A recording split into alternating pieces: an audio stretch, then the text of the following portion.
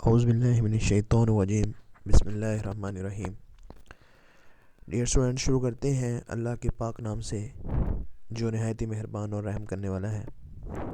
उसके बाद लाखों करोड़ों दुरूद व सलाम मेरे नबी आका हज़रत मोहम्मद सल्लल्लाहु अलैहि वसल्लम की ज़ात मुबारक पर। I hope you all will be fine and you did enjoy your weekend. So dear students, आज जो हमने पढ़ना है उसमें चैप्टर नंबर 22 का नेक्स्ट टॉपिक मल्टीपल एलील्स और उसकी एक एग्जांपल जो हम रोज़मर्रा ज़िंदगी में भी ऑब्ज़र्व करते हैं, ABO blood group system. So start करते हैं मल्टीपल एलील्स की डेफिनेशन। ये मैंने आपकी बुक से ही जो है वो कॉपी की हुई है। वो लोग जिनको विजिबिलिटी का प्रॉब्लम है, अगर बेटा आपको ये क्लियर नहीं है तो प्लीज़ आप अपनी बुक ओपन कर लें और इस टॉपिक के ऊपर चले जाएँ। मल्टीपल अलील्स, देखें अगर कोई जीन म्यूटेशन हो जाए, म्यूटेशन कहते हैं ख़राबी को, जीन के अंदर कोई ख़राबी हो जाए तो उससे एक ही जीन के डिफरेंट अलील्स प्रोड्यूस हो जाते हैं। तो कहता है कुछ जीन्स ऐसे भी होते हैं जिनके तकरीबन 300 तक अलील होते हैं। ये जो अल्टरनेटिव फॉर्म्स हैं जीन की, जिनकी तादाद मोर देन 2 हो जाए, वैसे आपको पता है alternate forms of A gene mostly जो है वो 2 होती हैं, लेकिन अगर वो 2 से ज़्यादा हो जाए तो फिर हम उसे कहेंगे मल्टीपल अलील्स। आपने यहाँ तक जो है ना ये डेफिनेशन अपनी बुक से प्रिपेयर कर लेनी है मल्टीपल एलील्स की। एक जीन के अंदर म्यूटेशन की वजह से अगर उस जीन की 2 से ज़्यादा कॉपीज़ जो हैं, 2 से ज़्यादा अलील्स बन रहे हैं तो उसे हम कहेंगे मल्टीपल एलील्स। आइए देखते हैं इसकी एक एग्जांपल जो ह्यूमंस के अंदर पाई जाती है in the form of ABO blood group system. तो एबीओ ब्लड ग्रुप सिस्टम जो है इसमें आपको वो बता रहा है कि कार्ल लैंडस्टाइनर जो है इन्होंने 1901 के अंदर जो है वो इसको डिस्कवर किया था।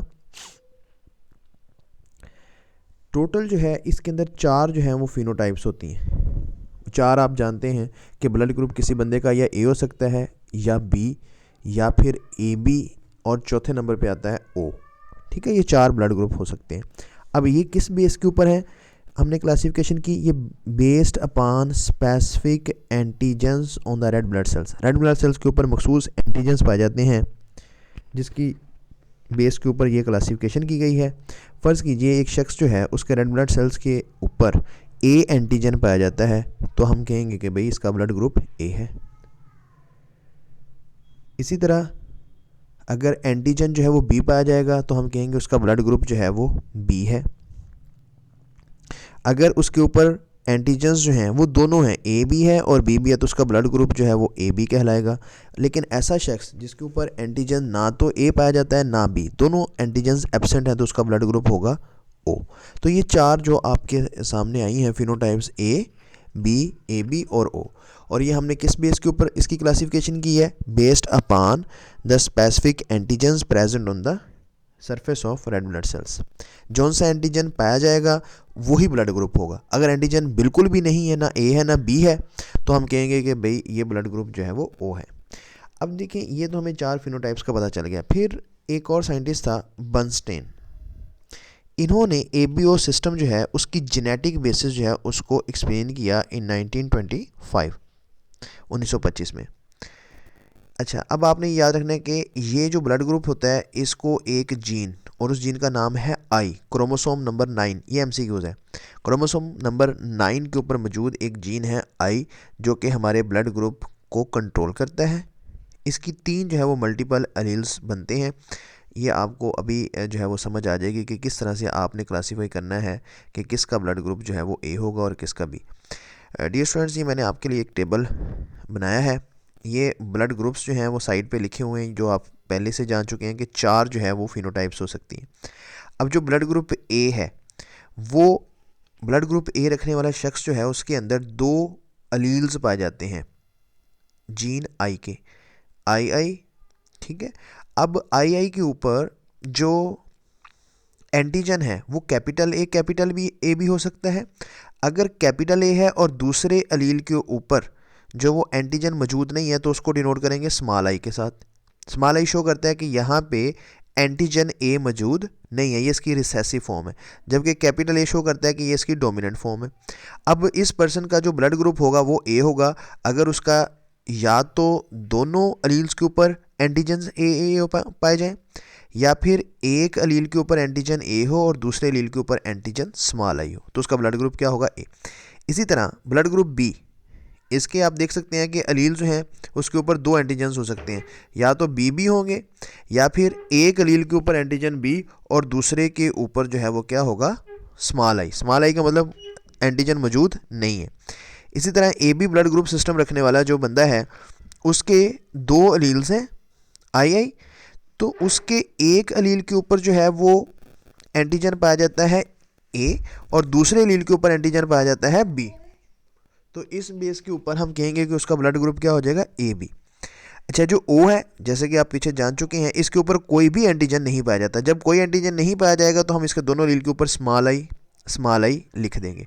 ठीक है, अब इस स्लाइड के बाद आई थिंक आपको ये क्लियर होना चाहिए कि जेनेटिक्स क्या है ब्लड ग्रुप की। कोई भी शख्स जिसका ब्लड ग्रुप आपको बताया जाए ये है, तो आपको पता होना चाहिए कि भाई अगर इसका ब्लड ग्रुप ये है तो इसके अंदर या तो जो अलील्स हैं वो इस फॉर्म में, जैसे फ़र्ज़ करें दोबारा डिस्कस कर लेते हैं, ब्लड ग्रुप बी है, मोस्ट कॉमन लोगों का यही है, तो उनके अंदर ब्लड ग्रुप बी वाला बंदा जो है वो दो तरह का हो सकता है। या तो उसके दोनों अलील्स के ऊपर बी और बी एंटीजन्स पाए जाते हैं, या एक अलील के ऊपर एंटीजन बी है और दूसरे के ऊपर उसकी रिसेसिव फॉर्म स्मॉल आई मौजूद है। ठीक हो गया। नेक्स्ट हम मूव करते हैं और आपकी बुक में इसमें क्या लिखा है। अलील, ये जो मैंने अभी आपको स्लाइड पढ़ाई है ना बेटा, यहाँ से यहाँ तक आप उसकी रीडिंग कर लें। अगर आपको मेरी बात की समझ नहीं आई तो आप यहाँ से इसकी रीडिंग कर लें, आपको यही चीज़ें उसने बताई हैं। लाइक मैं आपको पहली लाइन पढ़ देता हूँ। Allele I A specifies the production of antigen A and allele I B जो है ये specifies the production of antigen B, but allele small I does not specify any antigen. Their dominance relations are interesting to allele I A and I B are codominant to each other because each express equally। ये दोनों अपने आप को express करते हैं, तभी हमने वो ब्लड ग्रुप देखा था ए बी बनता है, heterozygote to produce A B phenotype. But allele small I जो है ये रिसेसिव है to both I A and I B. Therefore I A और ये दूसरा जो मैंने आपको टेबल की शक्ल में बता दिया है कि इनकी फिनोटाइप जो है वो ए होगी। सिमिलरली आई बी और आई बी स्मॉल आई जो है ये फिनोटाइप बी रखता होगा। द होमोजाइगस स्मॉल आई यानी दोनों जो उसके अलील्स हैं उनके ऊपर स्मॉल आई मौजूद होगा तो उसकी फिनोटाइप क्या होगी?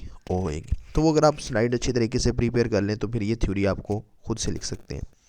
जीन देखें आई है, म्यूटेशन 1, म्यूटेशन 2 और म्यूटेशन 3 यहाँ पे लिखा हुआ है। म्यूटेशन 1 जो है उसने आपको बता दिया, ये आई कैपिटल ए, म्यूटेशन जो है वो आई बी और स्मॉल आई। ठीक है, ये तीन जो है वो फॉर्म्स हैं। चुनाचे एक ही जीन को चूँकि उसकी दो से ज़्यादा अल्टरनेट फॉर्म्स हैं तो इसे हम क्या कह देंगे? मल्टीपल अलील। ये मैं आपको स्टार्ट में बताया था, मल्टीपल अलील की हम क्या पढ़ रहे हैं? एग्जाम्पल। नेक्स्ट मूव करते हैं। यहाँ पे मैं दोबारा आपको कहना चाहता हूँ बेटा कि अगर आपको यहाँ से ये विजिबल नहीं है तो on computer we have some drawbacks. हम कुछ चीज़ें हैं उनको ज़्यादा जो है वो इससे क्लियर नहीं कर पाएंगे, तो आप साथ अपनी बुक रखें, वहाँ से आप इसको रीड आउट कर लें। ठीक है, समझ ये मेरी बातों से ले, साथ वहाँ से जो है वो आप इसको रीड आउट कर लें। नेक्स्ट हम मूव करते हैं तो आगे आ जाता है A B O blood group. मज़ीद इसकी डिटेल क्या है? तो इसमें blood group alleles start their expression at early embryonic stage. Early embryonic stage के ऊपर ही जो है वो ब्लड ग्रुप अपने एक्सप्रेशन को शुरू कर देते हैं और वो एक्सप्रेस करते रहते हैं टिल डेथ। यही वजह है कि जो ब्लड ग्रुप है या ग्रुप की जो फिनोटाइप है ब्लड ग्रुप की, किसी भी शख्स की never changes through out life. अगर एक शख्स जो है वो पैदा ब्लड ग्रुप ए के साथ हुआ है तो उसकी डेथ भी ब्लड ग्रुप ए के साथ ही होएगी, वो तब्दील नहीं कर सकता। अच्छा, अब आपने ना एक और चीज़ क्लियर करनी है कि during the first few months after birth दो जो है वो चीज़ें बेबी के ब्लड के अंदर प्रोड्यूस होती हैं, anti A and anti B antibodies. They are naturally occurring in the absence of corresponding antigens. अच्छा, इसकी थोड़ी सी थ्योरी सुने कि अगर कोई शख्स है और उसके अंदर एंटीजन ए मौजूद है, बी मौजूद नहीं है, तो उसके अंदर फिर एंटी बी एंटीबॉडी पाई जाएगी।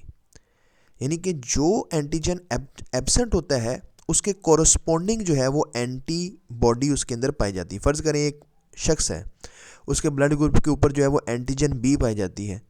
एंटीजन कौन सी है? बी। इसके कोरस्पॉन्डिंग एंटीबॉडी कौन सी होगी? एंटी ए एंटीबॉडी, वो उसके ब्लड ग्रुप में पाई जाती है। से फॉर इंस्टेंस एक बंदा है, उसका ब्लड ग्रुप जो है वो फिनोटाइप ए है, उसमें ना ही एंटी ए, देखें ना, ए बी तब होगा जब उसके अंदर एंटीजन्स ए भी हैं और बी भी हैं, दोनों एंटीजन्स हैं। चुनांचे उसके अंदर जो एंटीबॉडीज़ हैं ए और एंटीबॉडी बी जो है वो उसके सीरम में नहीं होंगी, ब्लड के अंदर नहीं होंगी। ओ ब्लड ग्रुप रखने वाला जो है उसके अंदर देखें एंटीजन कोई भी नहीं है, ना ए है ना बी है, चुनांचे उसके अंदर एंटीबॉडीज जो हैं वो दोनों होंगी, यानी एंटी ए एंटीबॉडी भी होगी और एंटी बी एंटीबॉडी भी उसके अंदर पाई जाएगी। तो ये आपको क्लियर होना चाहिए कि आपको जस्ट मैं ब्लड ग्रुप बताऊँ तो आपको पता हो कि भाई इसके अंदर ये एंटीजन्स हैं और इसके अंदर ये जो है वो एंटीबॉडीज़ पाई जाती हैं। ठीक है, ब्लड सीरम कंटेनिंग एंटीबॉडीज़ उसको हम कहेंगे जी एंटी सीरम, जिसके अंदर भी एंटीबॉडी पाई जाती है। ए बी और जो है वो ओ, इनके अंदर जो है वो चूँकि एंटीबॉडीज़ पाई जाती हैं, चुनांचे इन्हें हम कहते हैं एंटी सीरम। जो आपने देखा फिनोटाइप ए बी, उसके अंदर चूँकि एंटीबॉडीज़ कोई भी नहीं पाई जाती, चुनांचे उसे हम एंटी सीरम नहीं बोलेंगे। बेटा अगेन ये आप लोगों की बुक से है, यहाँ से यहाँ तक मैं आपको इसका कॉन्सेप्ट बता रहा हूँ, इसकी जस्ट आपने रीडिंग कर लेनी है। एक लफ्ज़ जो है ना वो आपको मैं यहाँ पे क्लियर करना चाहता हूँ, एग्लूटिनेशन, यही आपको सिर्फ तंग करेगा। एग्लूटिनेशन का मतलब होता है कि अगर फ़र्ज़ कीजिए एक एंटीजन ए है, उसके साथ एंटीबॉडी मिल गई, तो वो ब्लड जो है ना वो एग्लूटिनेट हो जाएगा। एग्लूटिनेट का मतलब होता है वो, आप इसको सिंपल वर्ड्स में ये समझते हैं कि वहाँ पे ना क्लम्प बनना शुरू हो जाएंगे, ब्लड सेल्स जो है ना वो ख़राब होना शुरू हो जाएंगे। चलें सिंपल आप यूँ समझ लें कि वो एक दूसरे को खा जाएंगे, ख़त्म कर देंगे, ख़राब कर देंगे, एग्लूटिनेट हो जाएंगे, क्लम्प ऑफ सेल्स बनना शुरू हो जाएंगे। तो any blood transfusion is ideally safe if it does not cause agglutination. तो जब आप इंशाल्लाह ताला डॉक्टर बन जाएं तो आपको पता होना चाहिए कि भाई किसका ब्लड ग्रुप किसको लगाना है। मैं आपको मिसाल देता हूँ कि अगर आपके पास ब्लड ग्रुप ए है, आपने उसको बी वाले को नहीं लगाना। क्यों? क्योंकि ब्लड ग्रुप ए है, इसका मतलब उसके अंदर एंटीजन कौन से हैं? ए। एंटीबॉडी कौन सी है उसके अंदर? बी एंटीबॉडी उसके अंदर पाई जाती है। अब उसको अगर आपने ब्लड ग्रुप बी लगा दिया तो बी वाले के पास एंटीजन बी वाला है, तो एंटीजन बी वाले को एंटीबॉडी बी जो है वो क्या कर देगी? एग्लूटिनेट कर देगी। ठीक है, तो वो उसको हम ब्लड ग्रुप वो सेफ़ नहीं रहेगा। तो अब देखें ब्लड ग्रुप ए जो है कैन बी ट्रांसफ्यूज्ड ओनली टू ए, क्योंकि उसके अंदर एंटीजन ए है, एंटीबॉडीज़ जो हैं वो बी हैं, तो उसके अंदर मौजूद यानी इस ब्लड ग्रुप ए के अंदर मौजूद जो एंटीबॉडीज़ बी हैं वो ब्लड ग्रुप ए की एंटीजन्स को नुकसान नहीं पहुंचाएंगी। और A B recipients, A B को भी दिखा because they do not have anti A antibodies. A B में तो कोई भी एंटीबॉडीज़ नहीं है ना, चुनांचे उसको दिया जा सकते हैं। इसलिए ए बी जो है इनको हम यूनिवर्सल डोनर्स का नाम, यूनिवर्सल एक्सेप्टर्स का नाम देते हैं। आप इसको कोई भी ब्लड ग्रुप लगा सकते हैं। ठीक है, A B blood group individuals are called universal recipients because they can receive transfusion of the blood from any of the 4 blood groups. अच्छा, जो ब्लड ग्रुप ओ वाले हैं उसके अंदर दोनों एंटीजन्स ही नहीं है, उसके अंदर एंटीबॉडीज़ दोनों हैं। चुनांचे ओ वाले को ब्लड ग्रुप सिर्फ ओ वाले का लगता है, लेकिन ओ वाला जो ब्लड ग्रुप है वो अपना ब्लड सबको दे सकता है, क्योंकि उसके अंदर कोई भी एंटीजन्स नहीं है और कोई भी एंटीबॉडीज़ उसके एंटीजन्स को नुकसान पहुंचा नहीं सकते, क्योंकि उसके अंदर एंटीजन्स है ही नहीं है। जब उसके अंदर एंटीजन्स नहीं है तो आप किसी का भी ब्लड ग्रुप जो है उसको वो ओ वाले का लगा सकते हैं, लेकिन ओ वाले को आप सिर्फ किसका लगाएंगे? ओ वाले का। क्यों? क्योंकि ओ के अंदर एंटीजन कोई नहीं है, एंटीबॉडीज़ दोनों। आपने ए वाले का लगा दिया तो उसके अंदर एंटीबॉडी ए जो है वो ए वाले के एंटीजन्स को खाना शुरू कर देंगे, एग्लूटिनेट शुरू कर देंगे एंड वाइस वर्सा। ठीक है, तो ओ जो है उसको हम कहते हैं ये यूनिवर्सल डोनर है, जबकि ए बी को मैंने आपको बताया कि हम कहते हैं यूनिवर्सल रिसिपिएंट। ये कंसेप्ट बेटा 9th चैप्टर जो है वो आपने बायोलॉजी का 9th क्लास में भी पढ़ा था, तो उससे भी ये आप जो है वो थोड़ी सी हेल्प ले सकते हैं कि किसका ब्लड हम किसको लगा सकते हैं।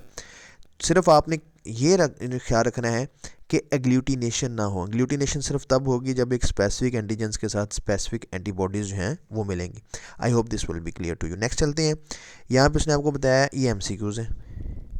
ए and B antigens can also be present in saliva and other body fluids of the some persons called secretors. Secretors have dominant secretor gene SE on chromosome 19। उनके क्रोमोसोम 19 के ऊपर एक secretor जीन होता है जिसकी वजह से वो ये एंटीजन्स जो हैं वो सिक्रीट भी कर सकते हैं सलाइवा के अंदर या और बॉडी फ्लूइड्स के अंदर।